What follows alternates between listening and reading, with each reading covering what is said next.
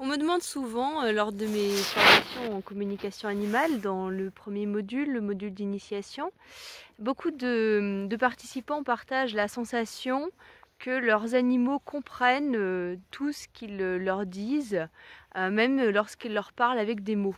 Beaucoup de personnes parlent à leurs animaux, elles leur partagent leurs sentiments, elles leur expliquent les situations qui vont se produire, les changements auxquels elles pensent.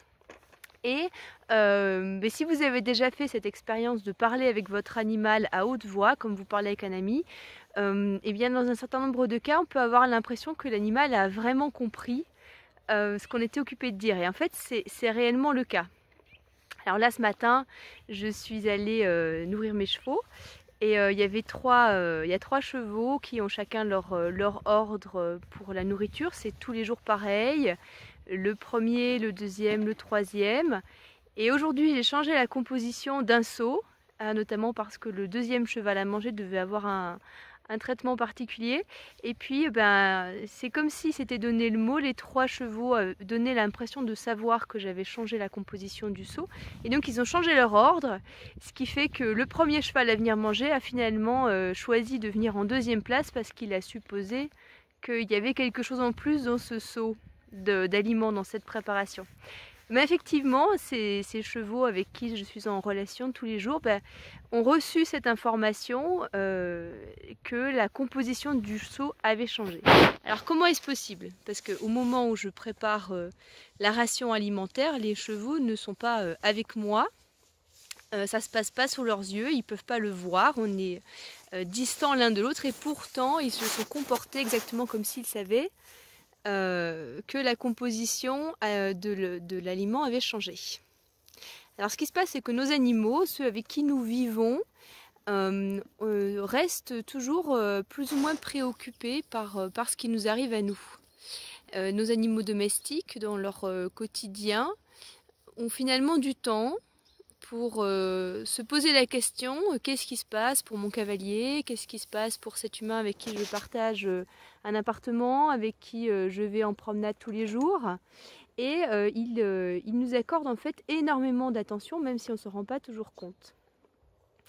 Et du fait que les animaux n'utilisent pas le langage, eh bien, ils vont percevoir les informations de manière beaucoup plus subtile que nous, avec leur ressenti, avec leur empathie. Et donc tout ce qui vous arrive dans votre quotidien, toutes les émotions que vous ressentez, toutes les idées que vous avez, votre animal, lui, il peut les percevoir et elles peuvent devenir assez concrètes pour lui. C'est la raison pour laquelle, par exemple, lorsqu'un un animal va décider de ne pas se laisser attraper au près, si on est dans un état de colère, par exemple, de tension, ou bien s'il s'agit de lui faire un vermifuge, s'il n'aime pas ça, il peut sentir que c'est ce à quoi on pense et à ce moment-là, on n'aura aucune chance de l'attraper. En fait, nos animaux de compagnie sont télépathes et empathes en même temps. Donc on peut leur cacher très peu de choses. C'est la raison pour laquelle, même si vous ne pratiquez pas encore la communication animale, eh bien vous pouvez déjà vous entraîner à leur faire passer des messages. Parce que dans la communication avec les animaux, il y a le fait de communiquer des messages à son animal, de lui faire passer des messages, et puis le fait de recevoir les messages de l'animal, de recevoir ses réponses. C'est beaucoup plus facile pour nous les humains, quand on débute évidemment, dans un premier temps, faire passer des messages à notre animal. Et c'est vrai qu'il y a des manières déjà de leur faire passer des messages qui vont rendre plus facile la réception pour eux.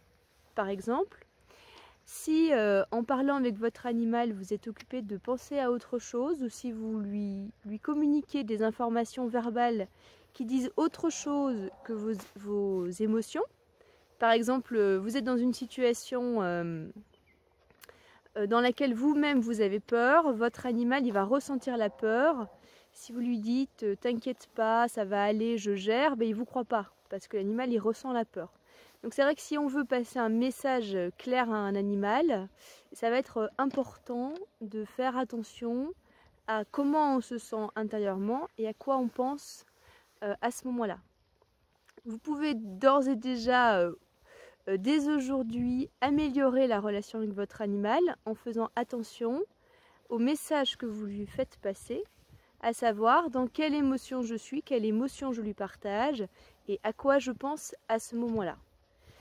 Plus vous serez dans des émotions neutres, des émotions sereines, et plus votre animal aura facile à vous comprendre. Et donc je vous laisse retourner auprès de vos animaux dès cet instant. Prenez ce temps avec eux, de voir comment vous êtes intérieurement, à quoi vous pensez en leur compagnie, de voir comment ils y réagissent. Faites l'expérience de leur partager une émotion claire, une pensée claire, et voyez comment eux répondent à ça.